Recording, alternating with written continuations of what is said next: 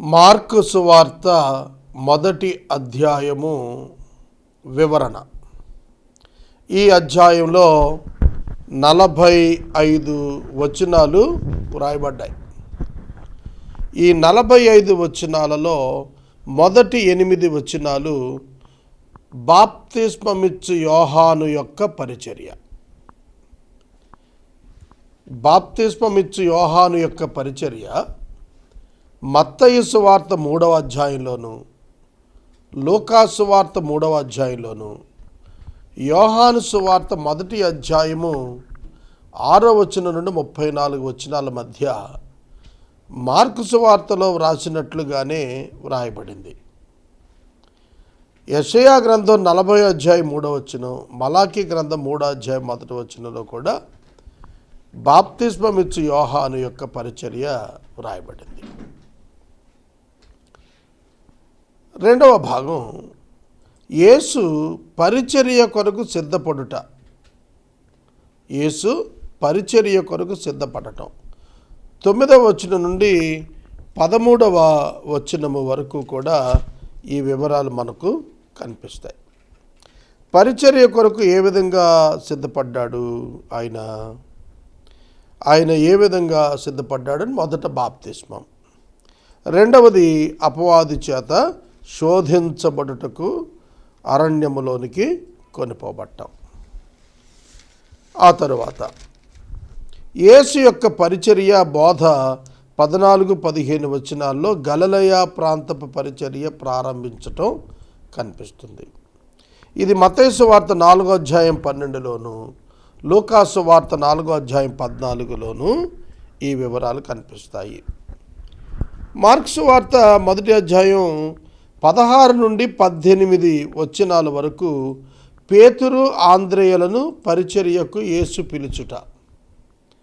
మత్తయి 4:18, లూకా 5:8లో కూడా పేతురు ఆంద్రేయుల యొక్క పిలుపు ఉన్నది. మార్కు సువార్త 1వ అధ్యాయం 19-20 వచనాల మధ్య మరొక 2 శిష్యులు యోహాను, యాకోబు, వీరి యొక్క పిలుపు. ఇది మనకు మత్తయి సువార్త 4వ అధ్యాయం 21లోను, లూకా సువార్త 5వ అధ్యాయం 10వ వచనంలోనూ ఉన్నవి. మార్కు సువార్త 1వ అధ్యాయం 21-22 వచనాల్లో యేసుక్రీస్తు ప్రభువు యొక్క నివాసం కపెర్నహూముకు మార్చుకున్నాడు. హెడ్ క్వార్టర్స్గా కపెర్నహూమును పెట్టుకున్నాడు. దీని వివరాలు ఉన్నవి.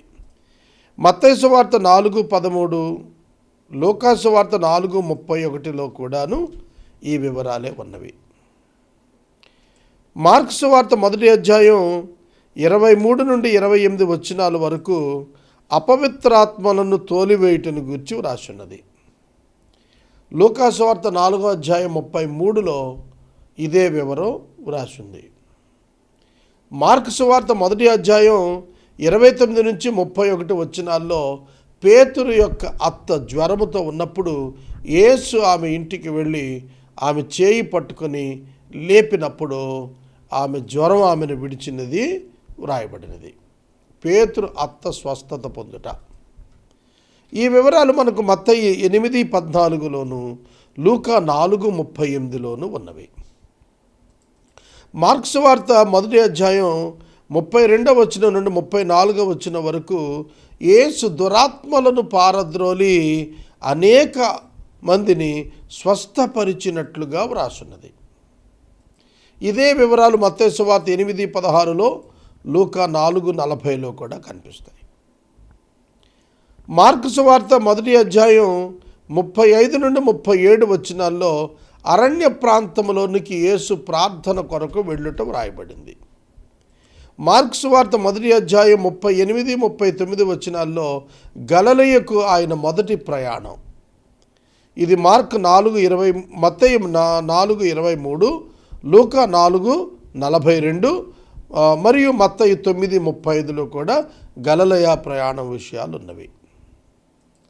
మార్కు సువార్త 1వ అధ్యాయం 40 నుండి 45 ముగింపు వరకు కుష్ఠరోగి స్వస్థత పొందటం, అతడు యాజకుని యొద్దకు వెళ్ళి కనపరుచుకొనవలనని ప్రభువు అతనికి ఆజ్ఞ ఇవ్వటం, అనేక మంది ప్రజలు ఆయన చూడటానికి రావటం, ప్రధానంగా కుష్ఠరోగి స్వస్థత ఇక్కడ వ్రాయబడింది. మాథ్యూ 8:1, లూక్ 5:12 ఈ రెండిట్లో కూడా కుష్ఠరోగి యొక్క స్వస్థత వివరాలు ఉన్నవి. నేను మార్కు సువార్తలో వివిధ రకాలైనటువంటి వచనాలు ఇంకా ఎక్కడ ఎడిషనల్ సమాచారం ఉందో కూడాను ఇందులో యాడ్ చేసి చెప్పానన్నమాట. కనుక మీరు ఆ పర్టిక్యులర్ సందర్భానికి సంబంధించిన వచనాలు మిగతా సువార్తలలో ఎక్కడున్నవో మీరు సులువుగా తెలుసుకోవటానికి ఇది మీకు ఈ సమాచారం ఉపయోగపడుతుంది. ఇక మొదటి అధ్యాయము మొదటి వచనము నుండి మనం వాక్యాన్ని ధ్యానం చేసుకుందాము. మార్క్ సువార్తను పేతురు సువార్త అని కూడా పిలవటానికి అవకాశం ఉంది. అపోస్తల కార్యముల గ్రంథము 10వ అధ్యాయంలో కొర్నేలి ఇంటికి వెళ్ళినప్పుడు 37వ వచనం నుండి 41వ వచనం వరకు ఉన్నటువంటి క్రీస్తు యొక్క శిలువను గుర్చిన వృత్తాంతం ఉన్నదే, దానిని ప్రధాన ఆధారంగా మార్క్ ఈ సువార్తను వ్రాశాడు. మార్క్ అనే మాటకు అర్థం సుత్తే అని వస్తుంది. కనుక మార్కు సువార్త మీకు ఆశీర్వాదకరంగా ఉంటుందని నేను భావిస్తున్నాను. మొదటి అధ్యాయం మొదటి వచనం, దేవుని కుమారుడైన యేసుక్రీస్తు సువార్త ప్రారంభము. The beginning of the gospel of Jesus Christ.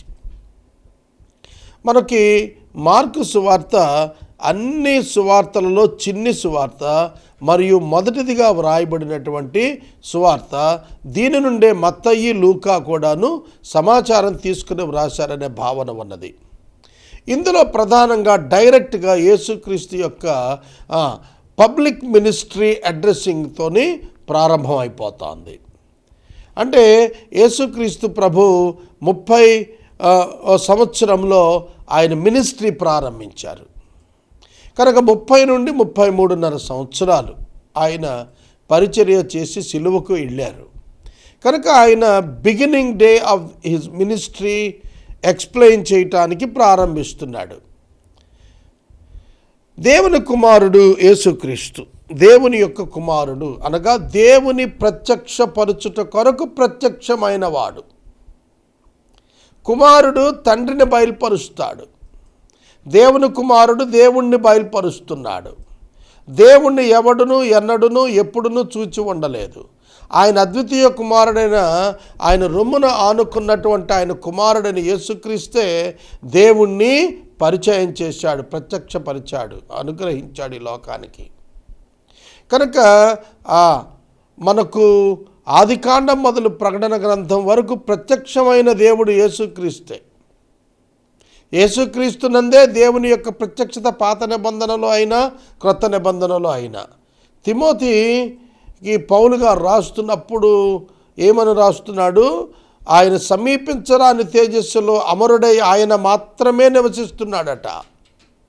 ఆయనను ఎవడునూ ఎన్నడూ చూడలేడు, చూడనేరడు అని కూడా రాశాడు. కనుక దేవుని కుమారుడైన యేసుక్రీస్తు అన్నప్పుడు దేవుని అనాది కాల సంకల్పము నెరవేర్చుటకు దేవుని వాక్యము శరీరధారి అయి కృపాసత్య సంపూర్ణుడుగా మానవ శరీరమును ధరించిన వారిగా ఈ లోకమునకు దేవుని ప్రత్యక్షపరచువానిగా వచ్చాడు.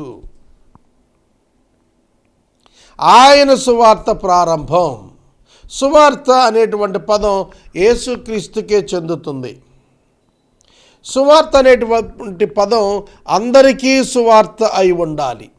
ఒకరికి శుభవార్త మరొకరికి దుర్వార్త అవుతుంది. సాధారణంగా ఒకడు కోర్టులో గెలిస్తే ఓడిపోయినవాడికి దుర్వార్త, గెలిచిన వాడికి శుభవార్త.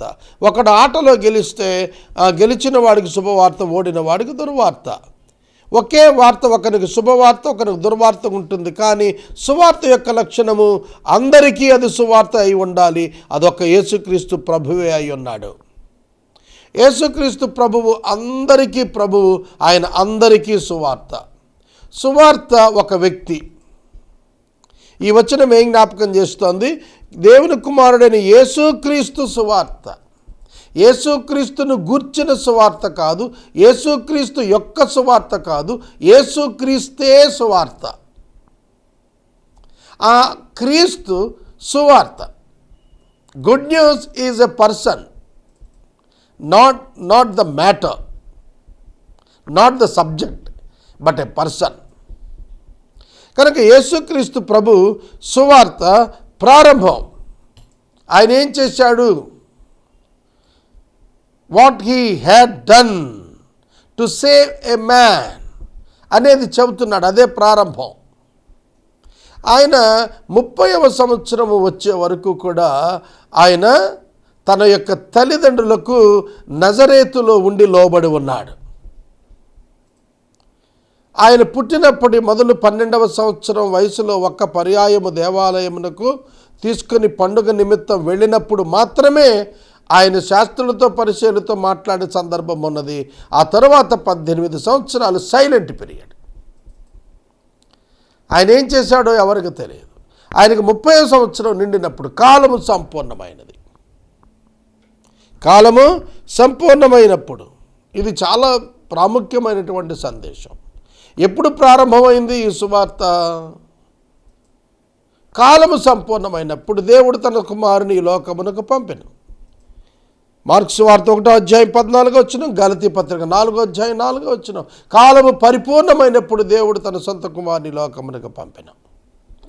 కాబట్టి సమయము కాలము ఆయన తన స్వాధీనములో ఉంచుకొని తన ప్రణాళిక చొప్పున వాటన్నింటిని జరిగిస్తూ ఉన్నాడు. ఆ నేపథ్యంలో యేసుక్రీస్తు యొక్క సువార్త ఏ విధంగా ప్రారంభమైంది, ఆయన ఏ విధంగా రక్షణ ఇవ్వటానికి ఆయన యొక్క ప్రణాళికను నడిపించాడో ఇక్కడ చెబుతున్నాడు. 2వ వచనంలో, ఇదిగో నా దూతను నీకు ముందుగా పంపుచున్నాను. యెషయా గ్రంథంలో మనకు ఈ యొక్క వివరాలు మనకు కనిపిస్తున్నాయి. 40వ అధ్యాయం 3వ వచనంలో చెప్పబడినటువంటి యెహోవా యొక్క శబ్దముగా మనకు కనిపిస్తాడు. దయచేసి చూడండి, 2వ వచనం చదువుతాను. ఇదిగో నా దూతను నీకు ముందుగా పంపుచున్నాను, అతడు నీ మార్గమును సిద్ధపరచును.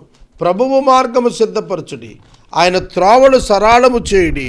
అరణ్యములో కేకవేయుచున్న ఒకని శబ్దమని యెషయా చేత వ్రాయబడినట్లు బాప్తిస్మమిచ్చు యోహాను అరణ్యములో ఉండి పాపక్షమాపణ నిమిత్తము మారు మనసు విషయమైన బాప్తిస్మమును ప్రకటించుచు వచ్చెను. చూడండి, ఇప్పుడు 40వ అధ్యాయము యెషయా గ్రంథము 3వ వచనం చదువుతున్నాను. ఆలకించుడి, అడవిలో ఒకడు ప్రకటించుచున్నాడు. ఎట్లనగా అరణ్యములో యెహోవాకు మార్గము సిద్ధపరచుడి, ఎడారిలో మా దేవుని రాజమార్గము సరళము చేయుడి. ప్రతి లోయను ఎత్తు చేయవలెను, ప్రతి పర్వతము ప్రతి కొండ అణచవలెను. వంకరవి చక్కగాను కరుకైనవి సమముగాను ఉండవలెను.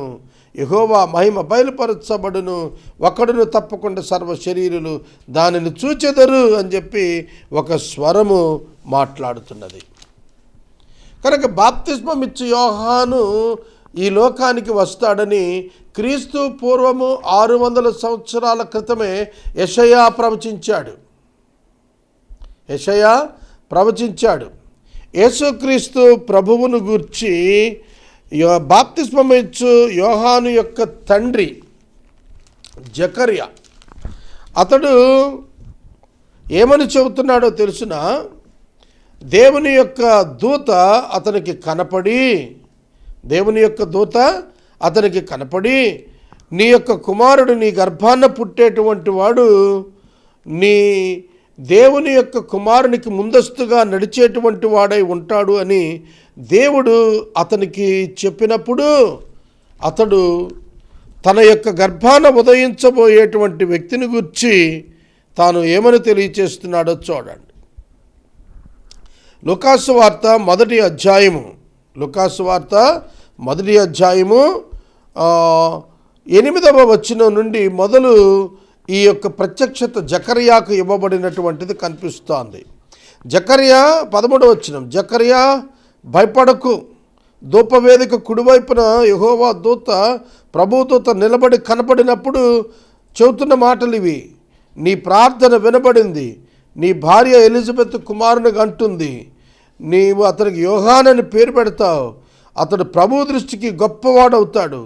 ద్రాక్షారసం తాగడు, మద్యము తాగడు, తల్లి గర్భంలో పుట్టింది మొదలుకొని పరిశుద్ధాత్మతో నిండుకున్నవాడై ఉంటాడు. అనేకులను ప్రభువైన దేవుని వైపు తిప్పుతాడు, తండ్రుల హృదయాలు పిల్లల వైపు తిప్పుతాడు. అవిధేయులను నీతిమంతుల జ్ఞానం అనుసరించుటకు త్రిప్పుతాడు. ప్రభువు కొరకు ఆయత్తపడి ఉన్న జనులను సిద్ధపరుస్తాడు. ఏలియా యొక్క ఆత్మశక్తి గలవాడు, ఆయనకు ముందుగా వెళతాడు.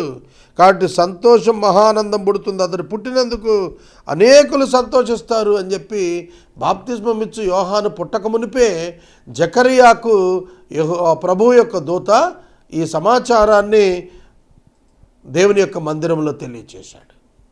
గ్రహిస్తున్నారా? యేసు క్రీస్తు ప్రభువు వారు జన్మించటానికి 6 మాసాల ముందు బాప్తిస్మం ఇచ్చు యోహాను పుట్టినాడు. బాప్తిస్మం ఇచ్చు యోహాను వార్తాహరుడిగా పుట్టినాడు. బాప్తిస్మం ఇచ్చు యోహాను వార్తాహరుడిగా పుట్టినాడు. దైవ సందేశకునిగా పుట్టినాడు. కనుక అతడు మార్గం సిద్ధపరుస్తున్నాడు. ప్రభు మార్గం సరళం చేస్తున్నాడు. ప్రభువుకు మార్గాన్ని సిద్ధం చేస్తున్నాడు. Herald of the good news అంటారు. కనుక యేసుక్రీస్తు ప్రభువు ఒక రారాజు అయితే ఆయనకు ముందస్తు వార్తాహరుడిగా బాప్తిస్మం ఇచ్చు యోహాను మనకు కనపడతాడు. చూడండి, దేవుని యొక్క వాక్యములో ఎంత వివరముగా వార్తాహరుడైనటువంటి బాప్తిస్మం ఇచ్చు యోహాను గురించి చెప్పాడో మనం అర్థం చేసుకోవచ్చు. మార్కు సువార్తలో యోహానును గురించి చెప్పబడినటువంటి ఈ వార్తాహరుడు అనేటువంటి మాట ఉన్నది చూచారు. దూత అనేటువంటి పదం ఉన్నదే. దూత, నీకు ముందుగా దూతను పంపుతాను అన్నాడు కదా. దూతను మెసెంజర్ అన్నారు. మెసెంజర్ అనే పదం గ్రీకు భాషలో ఎజిలోస్ అని పిలిచారు. ఎజిలోస్ అంటే messenger, used for both man and angelic beings. కనుక నీ దూతను పంపుతాను అన్నప్పుడు ఒక మానవ సంబంధితమైనటువంటి వార్తాహరుణ్ణి నేను పంపిస్తాను అని చెప్పి అన్నాడు. తర్వాత యేసుక్రీస్తు ప్రభు ఇతరుని గురించి మాట్లాడుతున్నప్పుడు మీరు అంగీకరించగలిగినట్లయితే రాబోవు ఏలియా ఇతడే. మలాకీ గ్రంథములో 3వ అధ్యాయంలో వ్రాయబడినటువంటి ఏలియా తిరిగి వచ్చుటను గుర్చిన వివరమున్నది చూశారు. ఇతని యందు అది నెరవేరింది. ఇతని యందు ఏలియా యొక్క ఆత్మ ఉన్నట్లుగా మనం చూస్తాం.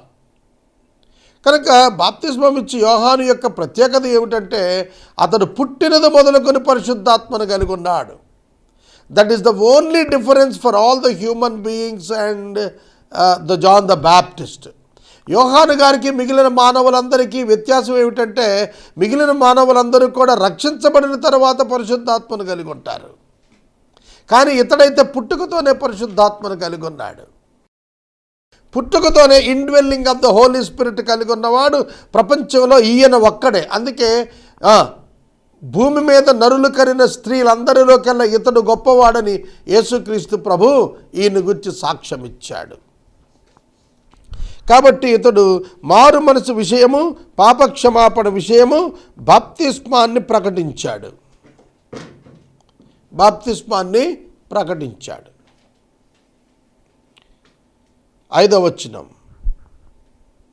అంతటా యూదయా దేశస్థులందరూ యెరూషలేము వారందరూ బయలుదేరి అతని యొద్దకు వచ్చి తమ పాపాలొప్పుకొనుచు యొర్దాను నదిలో అతని చేత బాప్తిస్మం పొందుచూ ఉండిరి. నీటి బాప్తిస్మము పాపములను కడుగలేదు. Fundamental basic. They are accepting that they are sinners. That's it. It never arises sin. తొలగించదు పాపాన్ని. పాపాన్ని తొలగించేది యేసుక్రీస్తు యొక్క రక్తమే. అందుకే బాప్తిస్మం ఇచ్చి యోహాను దగ్గర బాప్తిస్మాలు పొందిన వారందరూ కూడాను పౌలు గారి కాలంలో మరలా తిరిగి బాప్తిస్మాలు పొందారు. వాస్తవానికి పౌలు గారి కాలంలో పొందిన వాటర్ బ్యాప్టిజంలో సాల్వేషన్ లేదు. Salvation is in the blood of Jesus Christ. యేసుక్రీస్తు ప్రభువు యొక్క రక్తమునందు విమోచన యందు ఉన్నది తప్ప క్రీస్తు యేసునందలి నామమునందలి విశ్వాసము వలన రక్షణ కలుగుతుంది, పాపక్షమాపణ కలుగుతుంది తప్ప నీటి బాప్తిస్మం వలన కాదు. నీటి బాప్తిస్మము ముఖ్యమైనది. అది బాహ్య సంబంధమైనటువంటి సాక్షార్థమైనది మాత్రమే.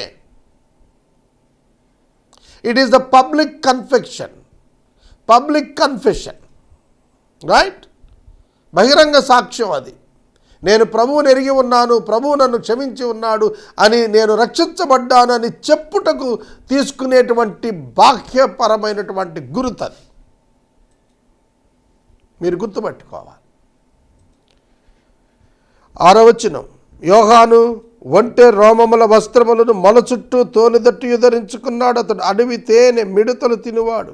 ఇతని యొక్క వస్త్రము భిన్నముగున్నది, ఇతని యొక్క ఆహారపు అలవాట్లు భిన్నముగున్నవి. మరియు అతడు తనను గురించి తాను తగ్గించుకొని చెప్పుకున్నాడు. నాకంటే శక్తిమంతుడు ఒకడు నా వెనక వచ్చుచున్నాడు, నేను వంగి ఆయన చెప్పుల వారిని విప్పుటకు పాత్రుడను కాను. నేను నీటిలో బాప్తిస్మం ఇచ్చితిని కానీ ఆయన మీకు పరిశుద్ధాత్మలో మీకు బాప్తిస్మం ఇచ్చునని చెప్పి ప్రకటించను. That is real baptism. Baptism in holy spirit is the real baptism. It happens when a person believes in Jesus Christ. యేసుక్రీస్తునందు ఒక వ్యక్తి విశ్వాసం ఉంచినప్పుడు ఈ ఆత్మ సంబంధమైన బాప్తిస్మము ఆ వ్యక్తికి కలుగుతుంది. విశ్వసించిన వానికి పరిశుద్ధాత్మ దేవుడు తనలోనికి, క్రీస్తులోనికి అతనిని స్వీకరిస్తాడు. దానికి గుర్తుగా బాహ్యమైనటువంటి బాప్తిస్మం. రోమాపత్రిక 6వ అధ్యాయం మొట్టమొదటి భాగమంతా మీరు చూస్తే నీరు లేదు అక్కడ. క్రీస్తు యేసులోనికి బాప్తిస్మం పొందినటువంటి మీరందరూ క్రీస్తు యొక్క మరణములోనికి మీరు పాలిభాగస్థులై ఉన్నారని మీరు ఎరుగరా అన్నప్పుడు బాప్తిస్మము అనేటువంటి పదము ముంచుట అని అర్థాన్ని ఇస్తుంది. బ్యాప్టిజో అంటే ముంచుట, ముంచుట లేచుట, ముంచుట మరణము బరియల్కి, ముంచుట బరియల్కి, లేచుట రిజరెక్షన్కి సైన్, సూచన. బ్యాప్టిజం అనేటువంటి పదము రక్షణ యొక్క వాస్తవ స్థితిని ఎక్స్ప్లెయిన్ చేయటానికి దగ్గర పదం.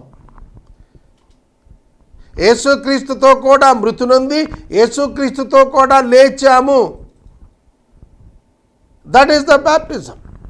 యేసుక్రీస్తుతో కూడా మృతి పొంది పాతి పెట్టబడ్డాం. యేసుక్రీస్తు ప్రభువుతో కూడా తిరిగి మృతుల్లో నుండి లేచాం. కనుక దాన్నే బ్యాప్టిజం అంటే ముంచుట, ముంచి లేచుట. కనుక మనం విశ్వాసం ఉంచినప్పుడు క్రీస్తునందు మృతి చెందాము, క్రీస్తునందు పునరుద్ధానులమయ్యాము. మనము క్రీస్తునందే మరణ పునరుద్ధానములను మనం అనుభవిస్తున్నాము.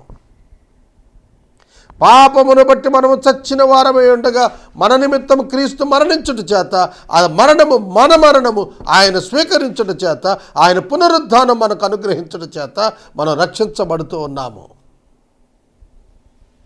Because of the sacrifice of Jesus Christ, because of the blood of Jesus Christ, because of the redemption of Jesus Christ, we were saved. మనం రక్షించబడ్డాం. అందుకే అంటాడు ఆయన, నా వెనక వచ్చేవాడు నాకంటే శక్తిమంతుడు, నా వెనకాల వస్తున్నాడు. యోహానుకి ఎలా తెలుసు వెనక వస్తున్నాడని? దేవుడు అతనికి బయలుపరిచి పంపాడు. అతడు యేసుక్రీస్తు ప్రభువును చూచినప్పుడు యోహాను సువార్త 1వ అధ్యాయంలో, ఇదిగో లోకపాపములను మోసుకొని పోవు దేవుని గొర్రెపిల్ల అని యేసుని గురించి సాక్ష్యం ఇచ్చాడు. యేసుక్రీస్తు ప్రభువుకు బాప్తిస్మం ఇస్తున్నప్పుడు, నీ చేత బాప్తిస్మము పొందవలసిన వాడనై ఉండగా నా చేత నీవు పొందుచున్నావా అని అడిగినప్పుడు, నీతి యావత్తు నెరవేరున్నట్లు ఇప్పటికీ ఇలాగూ కానిమ్ము అని యేసు అతనితో మాట్లాడాడు. కాబట్టి యోహాను తనను తాను తగ్గించుకుంటున్నాడు. యోహాను తన వెనక వచ్చువాడైన యేసుక్రీస్తుని గురించి ఘనపరిచి చెబుతున్నాడు. తాను వార్తాహరుడిని మాత్రమే, రాజు వెనకాలుస్తున్నాడని సేవకుడుగా తాను చెప్పుచూ ఉన్నాడు. ఆయన చెప్పుల వారు విప్పుటకు నేను వంగి విప్పుటానికి కూడా నేను యోగ్యుడిని కాదు. యేసుక్రీస్తు యొక్క గొప్పతనం ఎంత గొప్పదో మనం తెలుసుకోవాలి. లోకములో స్త్రీలు కనిన నరులందరిలో గొప్పవాడైనటువంటి బాప్తిస్మం ఇచ్చే యోహాను యేసు చెప్పుల వారు విప్పుటకు యోగ్యుడును కానని ప్రకటించుకుంటున్నాడు. Where will we stand? మనం ఎక్కడ నిలుస్తాం ప్రభు ఎదుట? ఆలోచించండి. మహోన్నతుడు, సర్వోన్నతుడైనటువంటి దేవుని కుమారుడు నరావతారుగా ఈ లోకానికి వచ్చి, ఫిలిప్పీ పత్రిక 2వ అధ్యాయం ప్రకారంగా ఆయన నరావతారుగా ఈ లోకానికి వచ్చి ఆకారమందు మనుషుడిగా లోకంలో కనపడి దాసునిగా తను తాను చేసుకుని రిక్తునిగా చేసుకున్నాడు. He emptied himself. దాసుని స్వరూపం ధరించాడు. ఆయన దాసుడు కాదు, సర్వాధికారి అయినటువంటి దేవుడు. ఈ లోకంలో సర్వాధికారము కలిగినటువంటి ఆయన శిష్యుల యొక్క పాదములు కడిగాడు. దీనత్వం ఆయన ఈ లోకంలో నేర్చుకున్నాడు.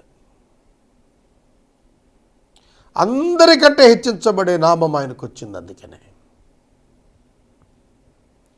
దేవుని యొక్క వాక్యంలో 8వ వచనం దగ్గర అంటున్నాడు, పరిశుద్ధాత్మలో మీకు ఆయన బాప్తిస్మం ఇస్తాడని ప్రకటన చేస్తున్నాడు. నేను నీటి బాప్తిస్మం ఇస్తున్నాను, నా వెనక వచ్చేటువంటి గొప్పవాడైన యేసుక్రీస్తు ప్రభు, మెస్సియా, యేసు దేవుని యొక్క కుమారుడు, ఆయన మీకు పరిశుద్ధాత్మలో బాప్తిస్మం ఇస్తాడు.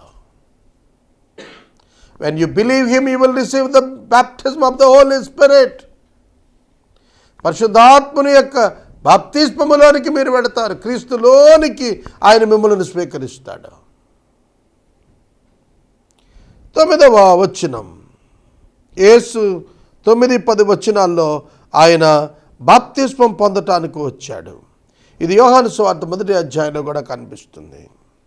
ఆ దినములలో యేసు గలిలయలోని నజరేతు నుండి వచ్చి యోర్దానులో యోహాను చేత బాప్తిస్మము పొందెను.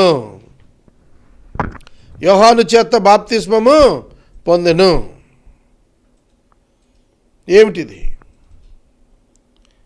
యోహాను చేత బాప్తిస్మం పొందాడు. ఆ సందర్భంలోనే వివరించాడు యోహాను. లోక పాపములను మోసుకొని పోయేటువంటి దేవుని గొర్రె పిల్లను వివరించాడు. అక్కడ ఒక సైన్, ఒక సూచన కనపడింది. ఏమిటా సూచన?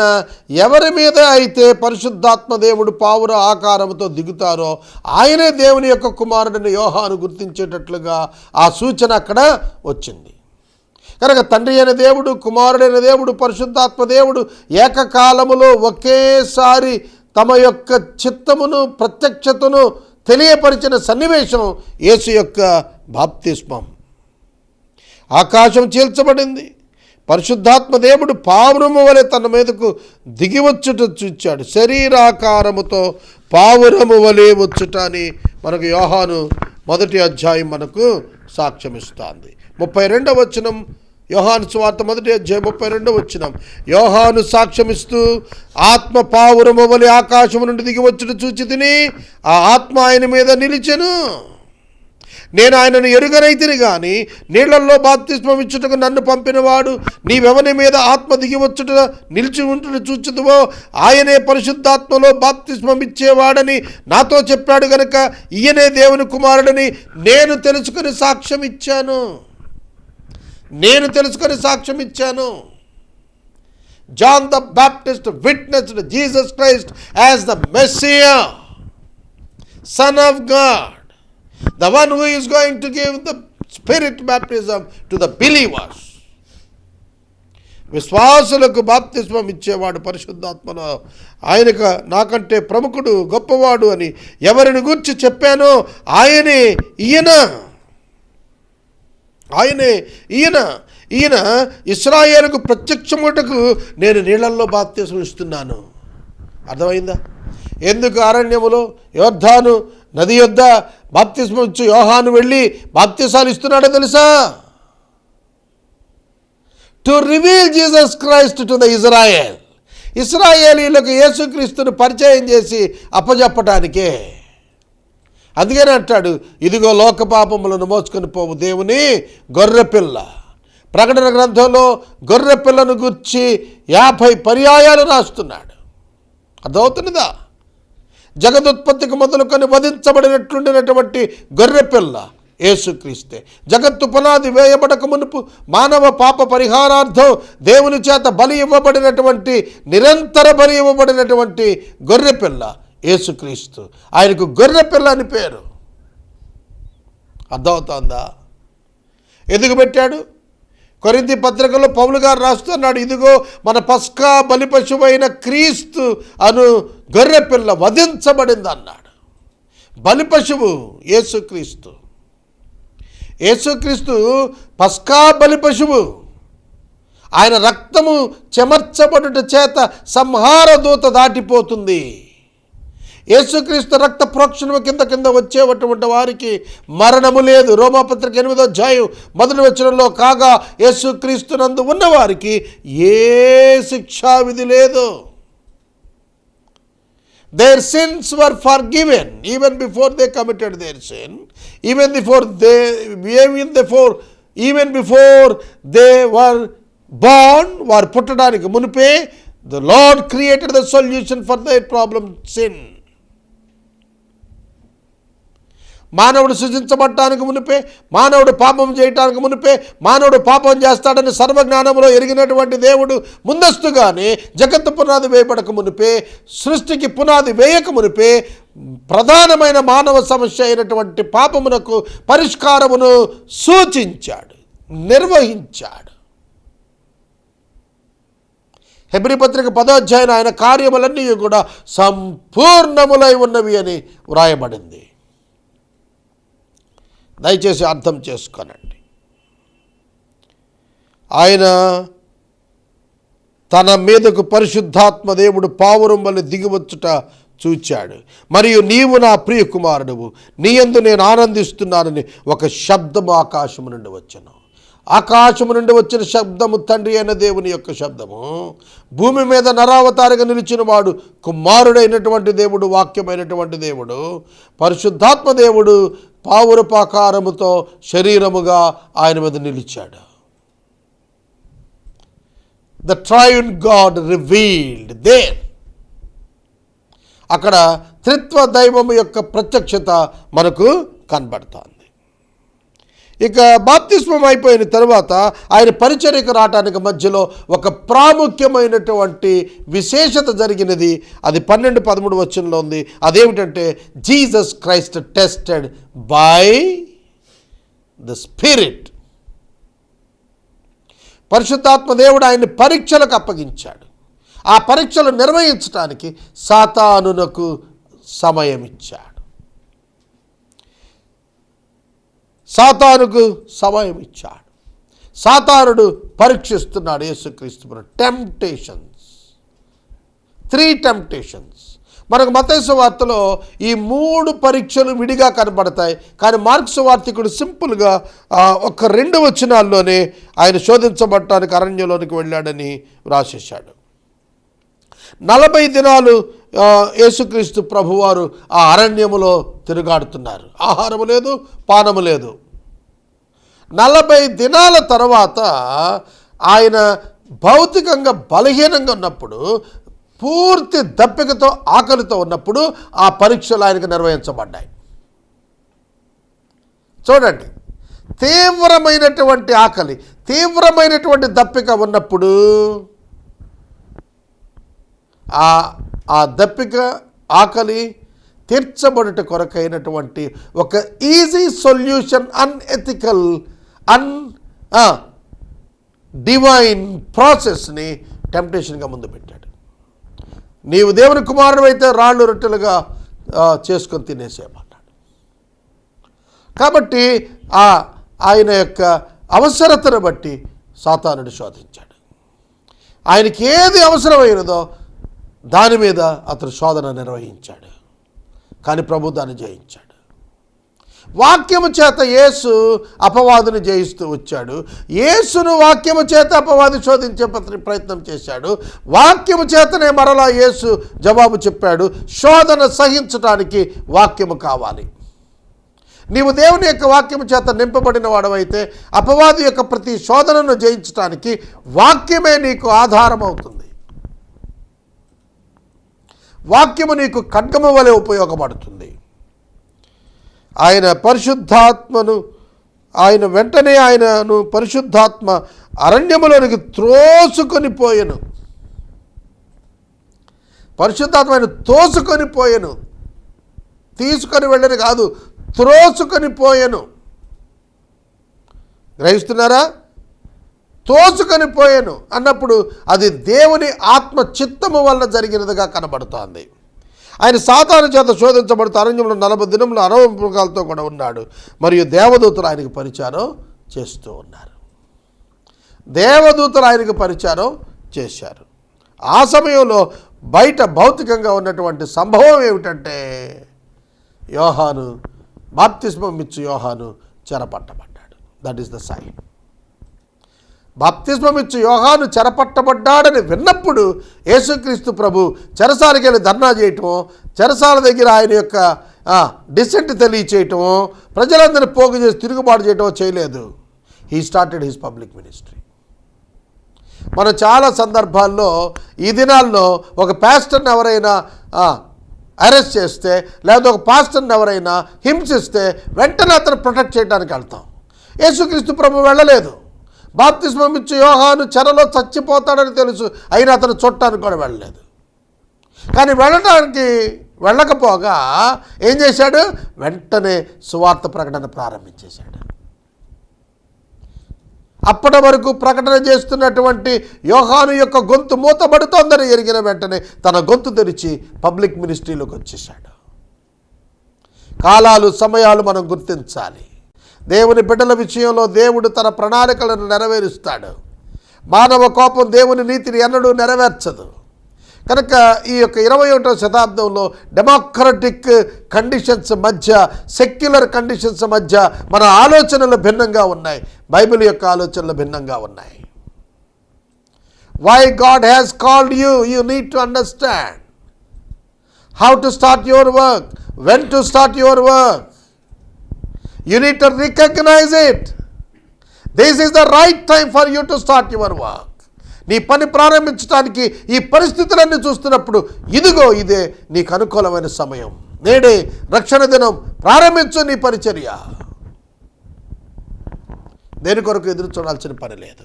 యేసుక్రీస్తు ప్రభు యోహాను చెరపట్టబడ్డాడని విన్న వెంటనే కాలము సంపూర్ణమైనది, దేవుని రాజ్యం సమీపించింది, మారు మనసు పొంది సువార్త పొందని చెప్పుచు దేవుని సువార్త ప్రకటిస్తూ గలిలయకు వచ్చెను.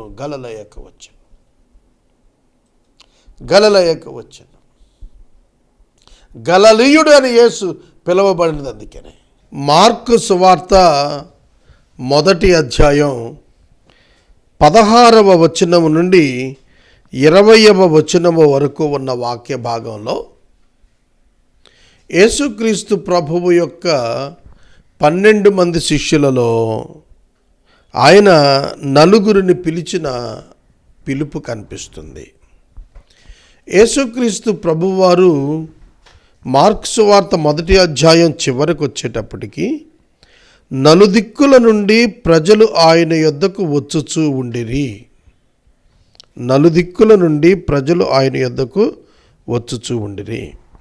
28వ వచనంలో ఆయనను గూర్చిన సమాచారము త్వరలో గలిలయ ప్రాంతమందంతటా వ్యాపించెను. ఈ రెండు మీరు ఒకసారి ఆలోచించండి.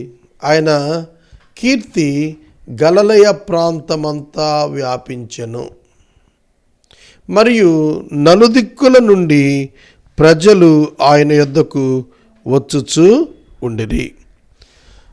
కనుక ఆయన యొక్క పాపులారిటీ పెరిగిపోయింది అనేది 1వ అధ్యాయంలోనే మనకు అర్థమవుతుంది.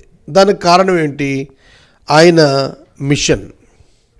యొక్క మిషన్. ఆయన మిషన్ ఎట్లా ఉందట? Attractive mission. His mission is attractive machine.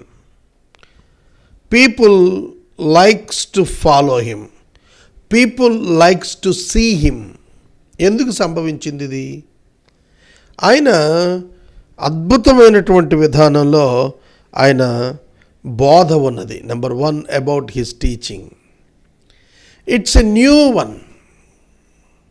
పేరు ప్రఖ్యాతులు రావటానికి ఒక కారణం ఏంటంటే his teaching is different from the teaching of Jewish teachers. యూదయ బోధకుల కంటే కూడా యేసుక్రీస్తు యొక్క బోధ భిన్నంగా ఉంది. People attracted to his teaching. That is the one reason. తర్వాత ఏమిటంటే రెండవది హిస్ సూపర్ న్యాచురల్ అథారిటీ. యేసుక్రీస్తు ప్రభు సంపూర్ణ మానవుడు. పరిశుద్ధాత్మ శక్తి చేత ఆయన కార్యాలు చేశాడు. మనం ఏమనుకుంటామంటే యేసు ప్రభువుకే శక్తి ఉంది, ఆ శక్తితో చేశాడు అనుకుంటాం. పొరపాటు. ఇది కాంట్రవర్షియల్గా భావించకండి సుమా.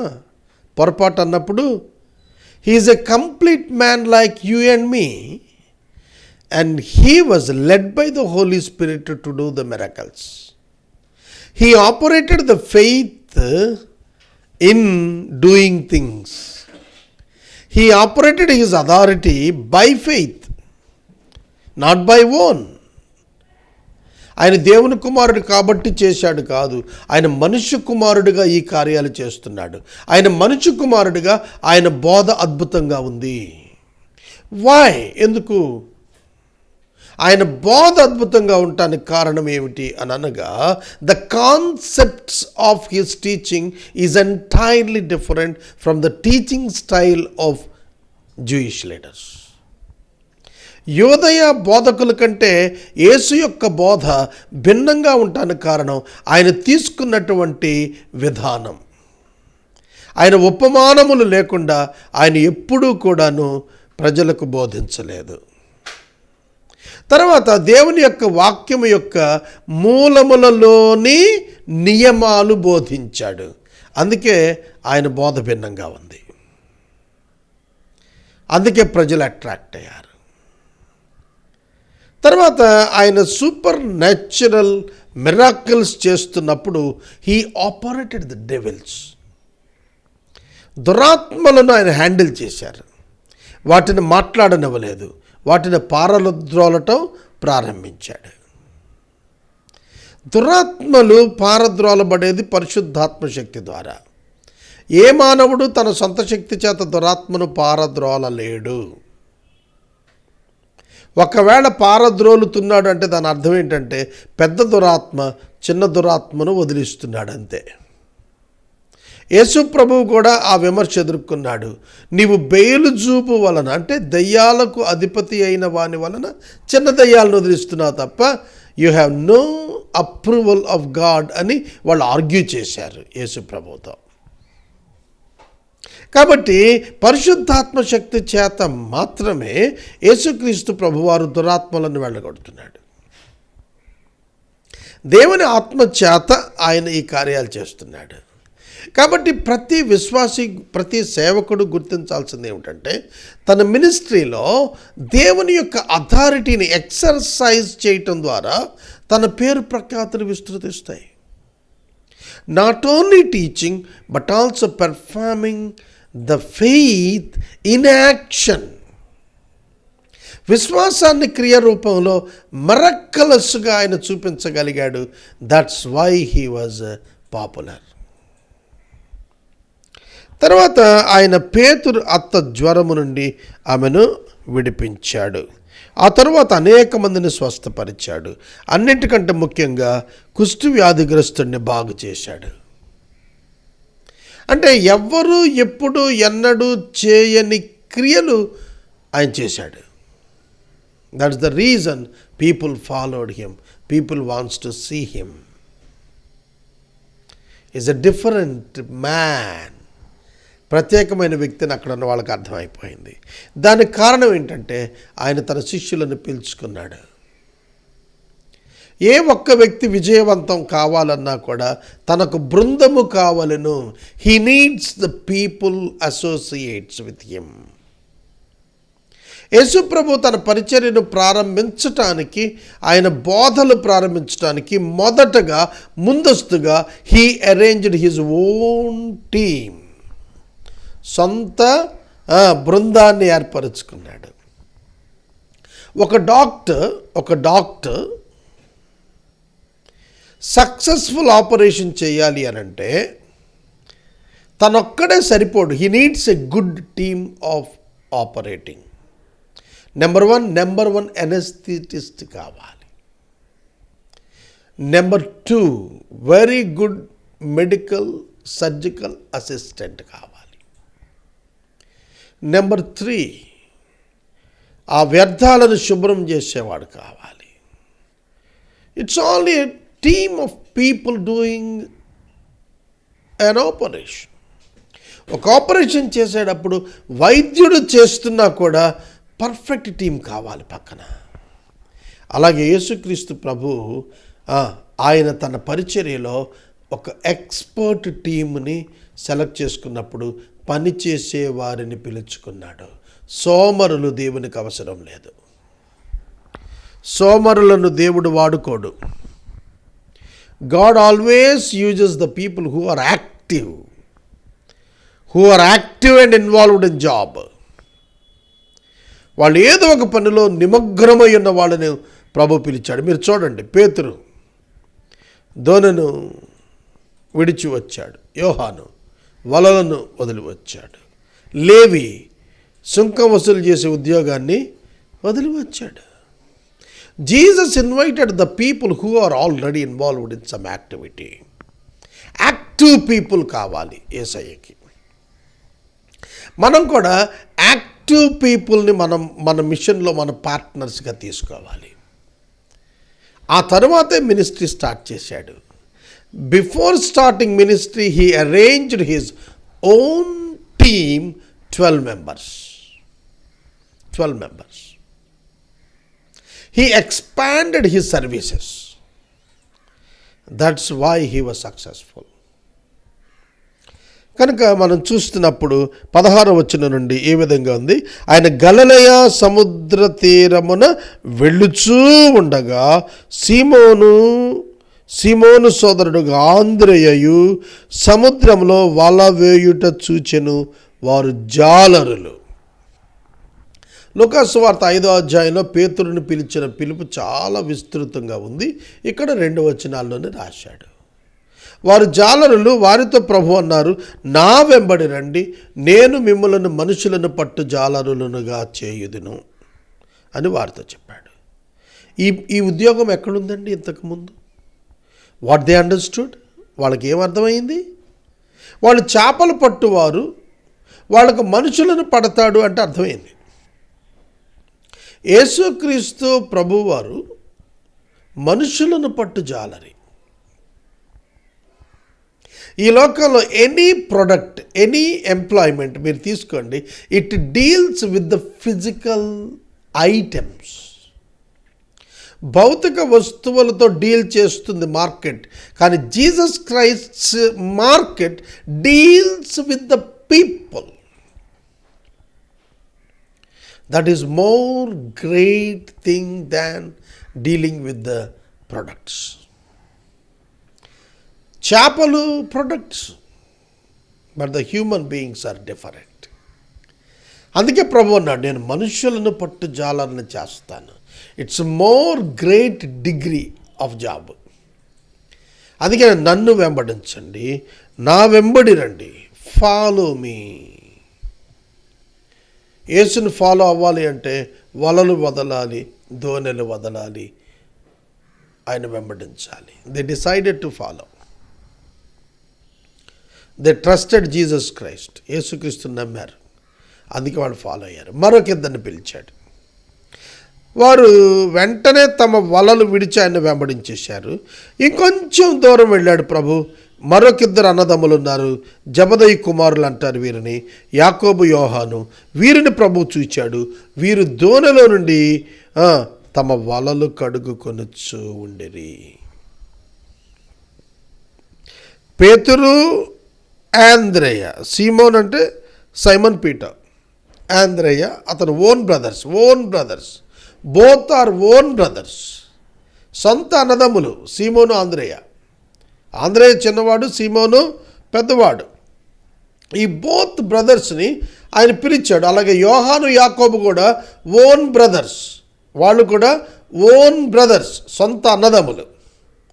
ఇక్కడ ఒకరు వలలు వేస్తుంటే ఇంకొకరు వలలు కడుక్కుంటున్నారు. ప్రభువు వాళ్ళను చూచాడు. చూచి వారిని వెంటనే వారిని పిలిచాడు. వెంటనే అనే పదం 31 పర్యాయాలు ఈ యొక్క మార్కు సువార్త 16వ అధ్యాయంలో రాయబడింది. వెంటనే అంటే ఇమ్మీడియట్ యాక్షన్ టుక్ ప్లేస్. మనం చేయాల్సింది ఏంటంటే వెంటనే పనిలోనికి దూకాలి. Jesus invited them, immediately they joined the job work. అర్థమైందా? యోహాను యాకోబులు వెంటనే తమ దోణెలను విడిచిపెట్టారు. వారు తండ్రి అయిన జబదయిని దోణెలోని జీతకాండ్ర దగ్గర విడిచిపెట్టేశారు. ఆయన్ని వెంబడించారు. They followed him. That is the success. వాళ్ళు ఇమ్మీడియట్గా నిర్ణయం తీసుకున్నారు. ఆయన నమ్మారు. ఆయన ఆకర్షించాడు వారిని. అందుకే వాళ్ళు తమ బిజినెస్ వదిలిపెట్టి ఆయన వెంబడించారు. ఇక 21వ వచనంకి వచ్చేటప్పటికి వారు కపెర్నహూముకి వచ్చారు. కపెర్నహూము యేసుక్రీస్తు ప్రభువు యొక్క హోమ్ టౌన్గా మార్చుకున్నాడు. ఆయన హోమ్ టౌన్గా మార్చుకున్నాడు. కపెర్నహూముని ఆయన మార్చుకున్నాడు. వాస్తవంగా ఆయన నజరేతులో పెరిగాడు. కానీ ఆయన మినిస్ట్రీ వచ్చేటప్పటికి హెడ్ క్వార్టర్గా కపెర్నహూమును పెట్టుకున్నాడు. మినిస్ట్రీ హెడ్ క్వార్టర్గా కపెర్నహూమును యేసు ప్రభు సెలెక్ట్ చేసుకున్నాడు. కనుక తన సొంత ప్రజలు ఆయన తిరస్కరించారు. అందుకనే తను తలదాచుకోవడానికి కపెర్నహూము వచ్చి అక్కడనే పేతురు అత్తగారి ఇల్లు, పేతురు యేసు ప్రభు యొక్క నివాసం కోసం ఇచ్చేశాడు. కాబట్టి అక్కడే ఆయన కార్యాలు చేస్తూ వెళ్ళాడు. అక్కడనే ఉండి ఆయన నివాసం ఉంటూ వచ్చాడు. కపెర్నహూముకి వెళ్ళారు. వెంటనే ఆయన బోధించడానికి వెళ్ళిపోయాడు సమాజ మందిరానికి. విశ్రాంతి దినం అది. ఆ రోజు సమాజ మందిరంలోకి పోయి బోధించాడు. 21వ వచనంలో, who invited him to preach? Nobody. ఇవాళ సేవకులు ఎవరైనా ఆహ్వానించకుండా బోధించడానికి వెళ్తారా? నేను వెళ్తాను. నేను పర్మిషన్ అడిగి మరీ చర్చెస్కి వెళ్ళి బోధ చేసి వస్తున్నాను. నా స్థాయికి ఉన్న వ్యక్తులు ఎవరు అడగరు. కానీ నేను చిన్ని సంఘాలకు వెళ్ళి వారికి మనవి చేసుకొని, అభ్యర్థించుకొని, రిక్వెస్ట్ చేసుకొని ఆ సంఘాల్లో బోధించి వస్తాను. వినూత్నమైనటువంటి బోధ, భిన్నమైనటువంటి విధానంలో వాక్యాన్ని వర్ణిస్తూ వస్తూ ఉంటాను. That's made me popular. అదే నన్ను అనేకులకు పరిచయం చేసింది. ఆయన విశ్రాంతి దినాన సమాజ మందిరానికి వెళ్ళి బోధించాడు. ఆయన శాస్త్రుల వలె కాక అధికారము గలవాని వలె వారికి బోధించను గనుక వారు ఆయన బోధకు ఆశ్చర్యపడిరి. ఏమిటి అధికారం? ఆయన ఏమైతే బోధించాడో అది ఆయన ఆచరించుచున్న అనుభవం కలిగిన వాడు. ఆచరించుచున్న అనుభవం గలవాడు. అందుకనే ఆయన బోధిస్తున్నప్పుడు ఆయన బోధలో అధికారం ఉన్నది. He experienced what he is teaching. That gave him the authority. అదే ఆయనకు అధికారాన్ని ఇచ్చింది. మనం ధనవంతులం కాకుండా ధనవంతుడవుట ఎట్లు అనేది చెబితే నోబడీ బిలీవ్స్. ఒక బట్టతలవాడు నూనె అమ్ముతున్నప్పుడు వెంట్రుకలు వస్తాయి ఈ నూనె రాసుకుంటే అని చెప్పినప్పుడు మొదట వాని బట్టతల జుట్టు ఒత్తుగా ఉన్నదిగా మారినప్పుడే ప్రజలు దానిని కొంటారు. బట్టతలవాడు నూనెను అమ్ముతుంటే హూ బిలీవ్స్? మొదట నువ్వు వాడాలి, అప్పుడు చెప్పాలి. కాబట్టి ఆరోగ్యాన్ని గురించి రోగి ప్రకటిస్తే వీల్లేదు, ధనార్జన గురించి పేదవాడు ప్రకటిస్తే వీల్లేదు. అందులో బలం ఉండదు, అందులో అధికారం ఉండదు. That's the only theory, not in practicality. But Jesus preached whatever he practiced. ఆయన ఏమి ఆచరించాడో దాన్నే బోధించాడు. దాన్ని ఆచరించకుండా ఆయన బోధించలేదు, బోధించినది ఆచరించి చూపించాడు. ఆయన కొండ మీద ప్రసంగంలో ఆయన బోధించాడు, మీ శత్రువులను ప్రేమించండి. సిలువలో ఆచరించి చూపించాడు. మిమ్మల్ని హింసించు వారి కొరకు ప్రార్థన చేయండి. కొండ మీద ప్రసంగంలో చెప్పింది 3 సంవత్సరాల తర్వాత సిలువలో ఆయన ప్రాక్టీస్ చేసి చూపించాడు. అర్థమవుతుందా? కాబట్టి మనం గుర్తించాల్సింది, గ్రహించాల్సింది ఏమిటంటే, మన బోధలో అధికారం రావాలంటే, అథారిటీ రావాలంటే స్క్రిప్చర్స్ని అర్థం చేసుకోవాలి, స్క్రిప్చర్స్ని మేధోమదనం చేయాలి, స్క్రిప్చర్స్ని ఎక్స్పీరియన్స్ చేయాలి. నువ్వు దేవుని గురించి నమ్మదగిన వాడు అని చెప్పాలి అనంటే, నీకు నీ దేవుడు నమ్మదగిన వాడుగా ఉన్న అనుభవాలు నీ వద్ద ఉన్నప్పుడు చెప్పగలుగుతావు. Everything comes through personal experience. అలా వచ్చినప్పుడే మనము సక్సెస్ఫుల్ టీచర్స్ కాగలుగుతాం. ఆ సమయమున వారి సమాజంలో అపవిత్రాత్మ పట్టిన మనుషుడు ఒకడుండెను. వాడంటున్నాడు, నజరేయుడగు యేసు, మాతో నీకేమి? మమ్మను నశింపచేయుటకు వచ్చితివా? నీవెవడవో నాకు తెలియను, నీవు దేవుని పరిశుద్ధుడు అని కేకలు వేసెను. యేసుక్రీస్తు ప్రభు ఎవరో ఒక దురాత్మ పట్టినవాడు చెబుతున్నాడు. దురాత్మలకు తెలుసండి యేసుక్రీస్తు ఎవరో. ఇవాళ పండిత వర్గాలు యేసు ప్రభు ఎవరో తెలుసుకోలేకపోయారు. ఇవాళ జ్ఞానులను చెప్పుకుంటున్న వారు, అనేక మంది గొప్పవారమని చెప్పుకుంటున్న వారు యేసుక్రీస్తు ఎవరో చెప్పలేకపోతున్నారు ఇప్పటికీ కూడా. కానీ దురాత్మలు చెప్పాయి, నువ్వు దేవుని పరిశుద్ధుడవు, దేవుని పరిశుద్ధుడవు, మాతో నీకేమి పని? The sensed. ఏం చేయబోతున్నాడో తెలిసిపోయింది వాటికి. అందుకే అంటున్నాయి, మాతో నీకేం పని, మాతో నీకేమీ పని. యేసు వాటితో అంటున్నాడు, ఊరకుండమో, వాడిని విడిచిపోమో అని దాన్ని గద్దించినప్పుడు విలవిలలాడించి పెద్ద కేక వేసి వాడిని విడిచిపోయింది. అందరూ విస్మయం ఉంది. ఇదేమిటి? ఇది కొత్త బోధగా ఉన్నదే. ఈయన అధికారంతో అపవిత్రాత్మలు ఆజ్ఞాపించగా అవి ఆయనకు లోబడుతున్నాయని ఒకరికొకడు చెప్పుకొని వెంటనే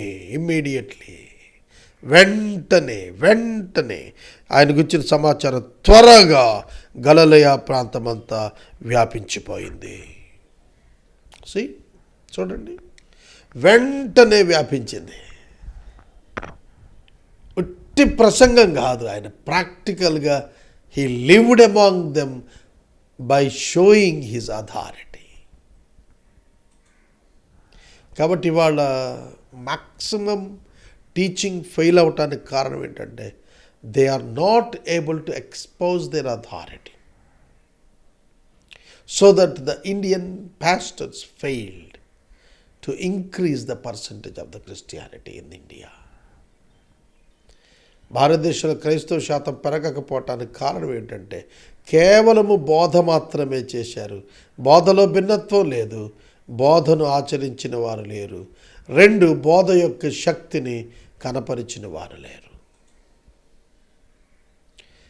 ఆయన గురించిన సమాచారం గలిలయ ప్రాంతం అంతా త్వరగా వ్యాపించింది.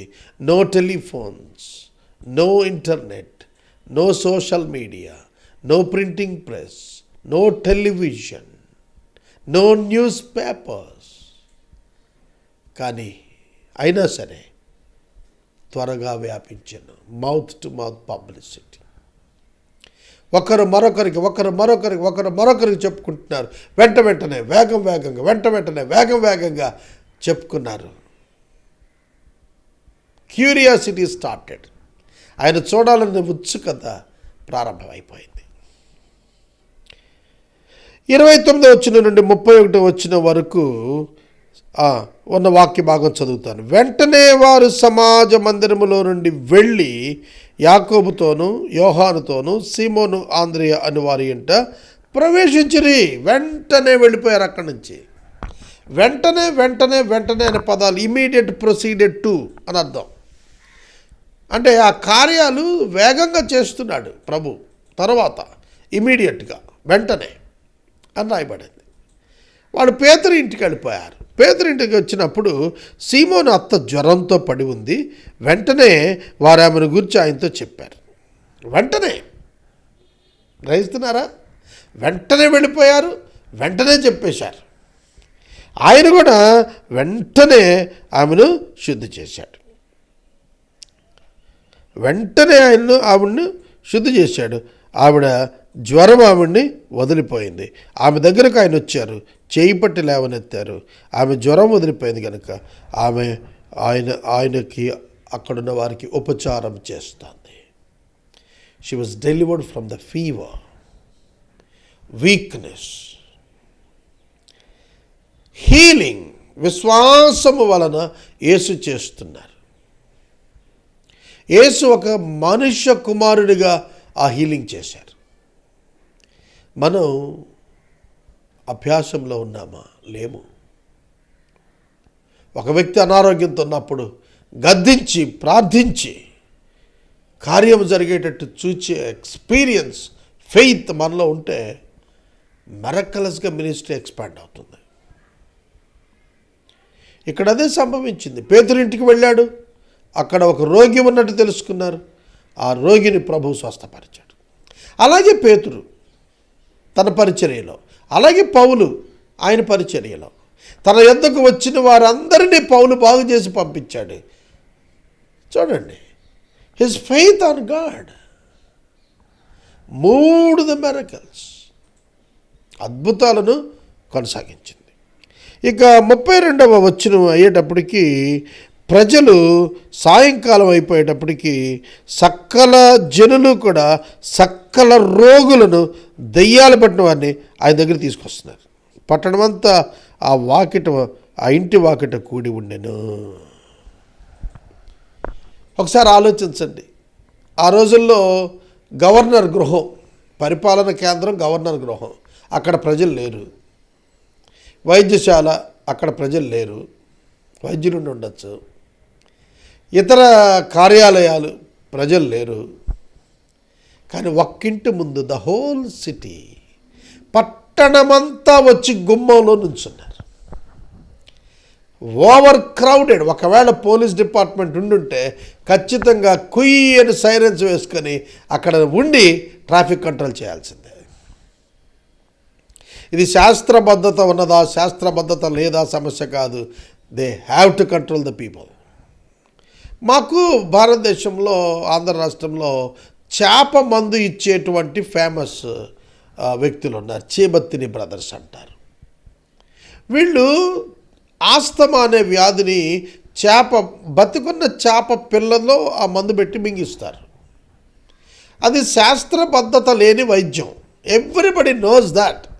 కానీ వాళ్ళు పెద్ద గ్రౌండ్లో ఈ పని చేస్తుంటే వేల మంది ప్రజలు క్యూస్ కట్టి క్యూలలో ఉండి ఆ చేపలు మింగి ఆ వ్యాధి నివారణ చేసుకుని పోతున్న వాళ్ళు అన్నారు.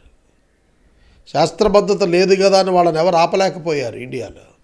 వాళ్ళు ఇప్పటికే ఆ పని చేస్తున్నారు. Police has to attend the crowds. ప్రజలను పోలీస్ క్రమబద్ధీకరణ చేయడానికి వచ్చి నుంచోవలసిందే. ఎంఆర్ఓస్ ఆ ప్రాంతంలో ఏర్పాట్లు చేసేయాల్సిందే. People are important. అధికారులంతా చేష్టలు దిగ్గి చూస్తూ ఉండుంటారు. యేసు ప్రభు ఉన్న ఇంటి ముందు పట్టణం అంతా నిలబడి ఉంది. నేను మనవి చేస్తున్నాను, నీ వలన కలిగే ఫలితం ఏమిటో ప్రజలు తెలుసుకున్నప్పుడు నీ గుమ్మం ముందు నుంచుంటారు. ఇవాళ నా గుమ్మం ముందు ఎవరు లేరు అని అంటే నా వలన ఏమీ కాదని ప్రజలు నమ్మారు. ఏమైనా అవుతుందని నమ్మితే నా గుమ్మం ముందు ఉంచునే వాళ్ళే. Problem is with me, not with people. People are seeking for solution for their problems, for their sickness, for their conditions, for their poverty. దాన్ని మనం ఏమైనా చేయగలుగుతామని అనుకుంటే ప్రజలు మన ముందు గుమ్మంలో నిలబడతారు. Every Christian should think of this. ప్రతి క్రైస్తవుడు దీనిని ఆలోచించాలని నేను మనవి చేస్తున్నాను. ఆయన నానావిధ రోగముల చేత పీడించబడిన అనేకులను స్వస్థపరిచారు, అనేకమైన దెయ్యాలను వెళ్ళగొట్టారు. అవి ఆయనను ఎరిగి ఉన్నందున ఆయన ఆ దెయ్యాలను మాట్లాడనీయలేదు. ఆయన వాటిని మాట్లాడనీయలేదు. 35వ వచనం నుండి 39వ వచనం వరకు మనం చూస్తున్నప్పుడు ఆయన అరణ్య ప్రదేశంలో ప్రార్థించడానికి వెళ్ళాడు. చదువుతాను 35వ వచనం. ఆయన పెందల కడన లేచి ఇంకనూ చాలా చీకటి ఉండగానే బయలుదేరి అరణ్య ప్రదేశమునకు వెళ్ళి అక్కడ ప్రార్థన చేయుచూ ఉండెను. సీమోను అతనితో కూడా ఉన్నవారిని ఆయన్ని వెదుగుచూ వెళ్ళి ఆయన కనుక్కొని, అందరూ నిన్ను వెదుగుచున్నారని ఆయనతో చెప్పగా. చూడండి, ఆయన పెందల కడనే లేచాడు, ఇంకా చీకటి ఉండగానే లేచాడు. ఈ ఎక్స్పీరియన్స్ మనకుందా? పెందల కడనే వెలుగు రేఖ రాకమునిపే చీకటి ఇంకా ఉండగానే అరణ్యంలోకి వెళ్ళి ప్రార్థన చేసుకుంటున్నాడు. ఏకాంత ప్రార్థన. శిష్యులను తీసుకెళ్ళలేదు, ఒక్కడే వెళ్ళిపోయాడు. ఏకాంత ప్రార్థన మనకున్నదా? ఉండాలి. మనం ప్రార్థించే వారంగా ఉండాలి. ప్రియమైన దేవుని బిడ్డలారా, మనము ప్రార్థించే వారంగా ఉండాలి. ఏకాంతముగా దేవుని సన్నిధికి వెళ్ళి ప్రార్థించే వారంగా ఉండాలి. అవే ఫ్రమ్ ద పీపుల్, ప్రజల నుండి దూరంగా వెళ్ళి, ప్రజలెవ్వరూ లేనప్పుడు ఒంటరిగా తెల్లవారుజామున దేవుని సన్నిధిలో ప్రార్థన చేస్తున్నాడు. మనకి అనుభవం కావాలి. ప్రజలు నిన్ను వెతుకుతున్నారు అని చెప్తే ఆయన అన్నాడు, ఇతర సమీప గ్రామాలలోనూ నేను ప్రకటించేటట్లు వెళదాం రండి. ఇందు నిమిత్తమే కదా నేను బయలుదేరి వచ్చి తిని అని వారితో చెప్పాను. Jesus is remembering his purpose of life. యేసుక్రీస్తు తన జీవిత పరమార్థాన్ని జ్ఞాపకం చేసుకుంటున్నాడు. ఎక్కడి నుంచి వచ్చాడు?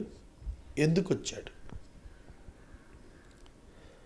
ఎవరైనా ఎక్కడి నుంచి వచ్చాడు? ఎందుకు వచ్చాడు? ఏం చేయాలి? ఎక్కడికి వెళ్ళాలి? ఈ 5 ప్రశ్నలు కూడా యేసు ప్రభు జవాబిచ్చాడు. ఆయన బిడ్డలు జవాబిస్తారు. తండ్రి అయిన దేవుని నుండి వచ్చాడు. తండ్రి అయిన దేవుని నుండి వచ్చాడు. పరలోక రాజ్యం నుండి వచ్చాడు. పరలోక రాజ్యానికి వెళతాడు మళ్ళీ ఆయన. అందుకు వచ్చాడు. భూమి మీద ఏం చేయటానికి వచ్చాడు? ప్రజలను దేవుని కొరకు సిద్ధం చేయటానికి వచ్చాడు. ప్రజల కొరకు, పాపక్షమాపణ కొరకు తన రక్తాన్ని చిందించడానికి వచ్చాడు. ప్రజలను కలుసుకోవాలి.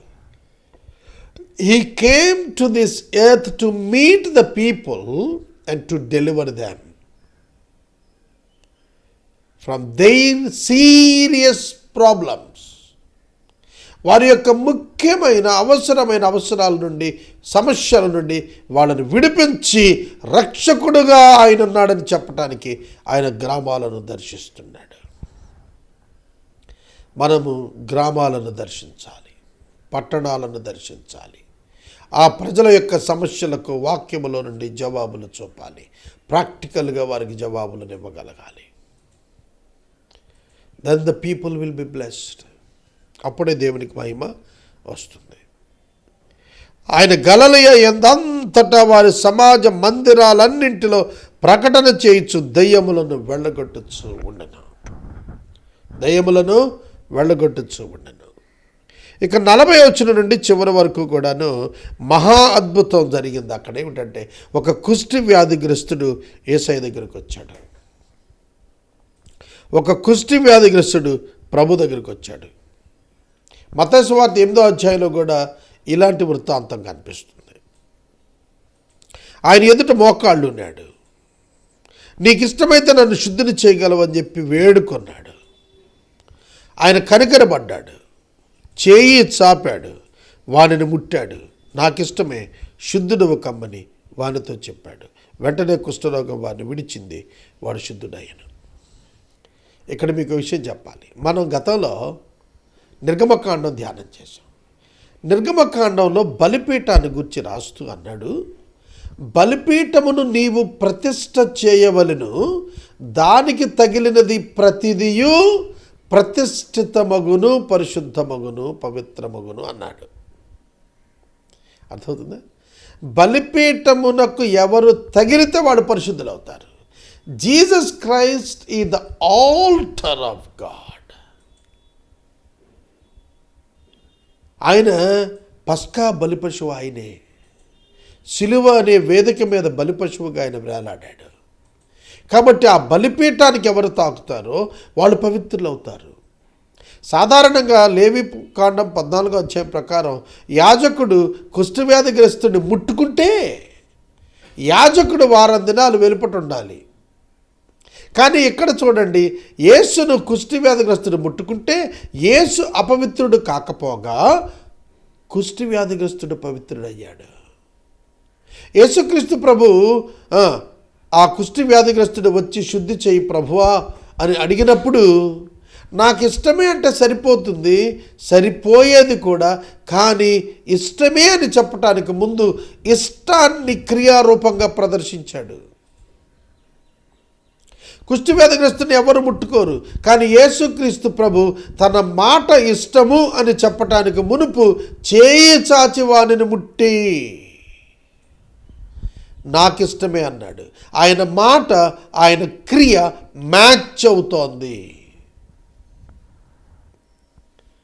కమ్యూనికేషన్లో verbal only 7 to 10%, non verbal communication is more than 90%. నాకు ఇష్టమే అనేది 10%. 90% చేయి చాపి ముట్టడం. They were shocked. The people around him are shocked. Why? ఎందుకో? ముట్టుకున్నాడు. ముట్టుకుంటే ఏం జరగాలి? ముట్టుకున్నవాడు అపవిత్రుడు కావాలి. కానీ ముట్టుకున్నవాడు అపవిత్రుడు కాకపోగా ఎవరిని ముట్టుకున్నాడో ప్రభు, ఆ వ్యాధిగ్రస్తుడు శుద్ధుడయ్యాడు. That is Jesus Christ. అదే యేసుక్రీస్తు. యేసుక్రీస్తు పరిశుద్ధుడు. యేసుక్రీస్తు పరిశుద్ధుడు. కాబట్టి కుష్ఠరోగము ఎప్పటికి వదిలింది? వెంటనే. కుష్ఠరోగము వెంటనే ఇమ్మీడియట్గా, వెంటనే 31 పర్యాయాలు వెంటనే అనే పదం కనిపిస్తుంది. వ్యాధి ఆలస్యం చేయలేదు, వెంటనే వదిలి వెళ్ళిపోయింది. అప్పుడు ఆయన ఎవరితోనూ ఏమీయూ చెప్పకు సుమి. ఎందుకని? ఆయన మినిస్ట్రీకి అడ్డొచ్చేస్తుంది publicity. Great people never focus on the publicity. గొప్ప వారు ఎప్పుడూ కూడా తమ పనికి అడ్డుపడేటువంటి విధానంలో ప్రజలు ఆ పబ్లిక్లో రావాలని కోరుకోరు. వాళ్ళకు ప్రజలు వచ్చేస్తే అడ్డు అయిపోతుంది. ఏసై ఎక్కడికి వెళ్ళాలంటే అక్కడికి వెళ్ళటానికి ఇన్ టైం వెళ్ళలేడు, ప్రజలు వచ్చేస్తే. అందుకనే డోంట్ మేక్ ఇట్ పబ్లిక్. నువ్వు చేయాల్సిందే ఏంటంటే, ధర్మశాస్త్రం చెబుతోంది కదా, మోషే ధర్మశాస్త్రం ఏం చెబుతోంది? నువ్వు యాజకుడికి వెళ్ళి కృతజ్ఞత అర్పణ ఇచ్చేసాయి. యాజకుడు కన్ఫర్మ్ చేయాలి కదా నీకు స్వస్థత వచ్చినట్టు. అక్కడికి వెళ్ళు. స్వస్థత వచ్చినాక అక్కడికి వెళ్ళు. అతను తనకు ఇవ్వబడేటువంటి అధికారం చొప్పున డిక్లేర్ చేస్తాడు. అక్కడ కానుక సమర్పించి వెళ్ళిపోమన్నాడు. అక్కడ కానుక సమర్పించమన్నాడు. వెళ్ళి ఖండితంగా ఆజ్ఞాపించాడు కానుక సమర్పించమనేది. whenever you receive the miracle or blessing or help from God, you need to give the offertory in the church. దేవుని నుండి నీకు ఏ సహాయము దొరికినా నీవు నియమించబడిన కానుకను దేవాలయంలో అర్పించాలి. దేవునికి రూపాయి ఇస్తే పనిచేసే దేవుడు కాదు. దేవుడు చేసిన దానికి కృతజ్ఞతగా దేవాలయంలో కానుక అర్పించాలి. అది అక్కడ సేవకులు భుజించడానికి ఉపయోగపడుతుంది. It will go in to the temple fund. అది మాత్రం చేయమన్నాడు. అయితే వాడు వెళ్ళి దాని గురించి విస్తారముగా ప్రకటించుటకు. ఎట్లా ప్రకటించాడట? విస్తారంగా ప్రకటించాడట. మరెక్కువ పబ్లిసిటీ ఇచ్చాడు. ఆ సంగతి పట్టణంలో తెలిసింది కనుక ఆయన ఇక బహిరంగంగా వెళ్ళలేకపోయాడు. వెలుపల అరణ్యంలో దాక్కోవాల్సిన పరిస్థితి వచ్చింది యేసయ్యకి. నలుదిక్కులను జనం రావటం స్టార్ట్ చేసి. కుష్ఠవ్యాధిగ్రస్తుడు బాగుపడటం అనేది అసలు లేదు ఆ కాలంలో. ఇంపాసిబిలిటీ ఆ రోజుల్లో. కుష్టి వ్యాధిగ్రస్తుడు స్వస్థత పొందటం అనేది ఆ కాలంలో లేదు. కానీ యేసు అతనిని ముడితే బాగుపడడం తెలిసి అంతే, ఏ పట్టణంలోకి వెళ్ళాలన్నా జనం విపరీతం అయిపోయారు. అందుకైనా అరణ్యాల్లో బతకాల్సి వచ్చింది. అరణ్యంలో దాక్కుని ఆయన సేవ చేసుకో. అందుకనే చెప్పాడు ప్రభు, ప్రకటించద్దురా నాయన అంటే విస్తారంగా ప్రకటించాడు వాడు. గుర్తుపెట్టుకోండి, if you want to become a great personality you need to avoid some kind of publicity which is unwanted, which is hurdle to your work. నీ పనికి ఆటంకం వచ్చేటట్లుగా ప్రభావంగా నీకు రాకూడదు, నీకు అది ఆటంకం కాకూడదు. కానీ యేసుక్రీస్తు ప్రభు ఇంత సక్సెస్ఫుల్ అవటానికి కారణం ఏంటంటే పీపుల్స్ ఇమ్మీడియట్ నీడ్ ఆయన రీచ్ అయ్యాడు. ఎవరు చేయలేకపోయిన కార్యాలు విశ్వాసంతో ఆయన చేశాడు. మినిస్ట్రీస్ ఇవాళ వెలవెలబోతున్నాయి. కారణం ఏంటంటే అందులో పవర్లెస్ మినిస్ట్రీస్, శక్తిహీనముగా ఉన్నటువంటి పరిచర్యలు, that won't motivate people to change their selfs. వాళ్ళను మార్చుకోవటానికి ఉపయోగపడేటువంటి బోధ వారికి లేకపోవటం. కాబట్టి దేవుని వాక్యంలో మొట్టమొదటి అధ్యాయం మార్క్స్ వార్తలోనే ఆయన ప్రభావవంతమైనటువంటి సేవా పరిచర్య కనిపిస్తుంది. ఆయన బృందాన్ని ఏర్పరుచుకున్నాడు, ఆయన ప్రజల మధ్య తిరుగుతున్నాడు, ఆయన గ్రామాలు తిరుగుతున్నాడు, ఆయన ఆత్మీయ జీవితాన్ని కాపాడుకున్నాడు, ఆయన ప్రార్థనా జీవితాన్ని కొనసాగించాడు, ఆయన నాయకత్వాన్ని ప్రదర్శించాడు, ఆయన ప్రజలకు చేరువుగా తానే వెళ్ళాడు. పబ్లిసిటీకి ఆయన ప్రాధాన్యత ఇవ్వదలుచుకోలేదు. ఇది మొదటి అధ్యాయంలో అద్భుతమైనటువంటి వర్తమానం మనం చూస్తున్నాం. మొదటి అధ్యాయం ముగించుకున్నాం.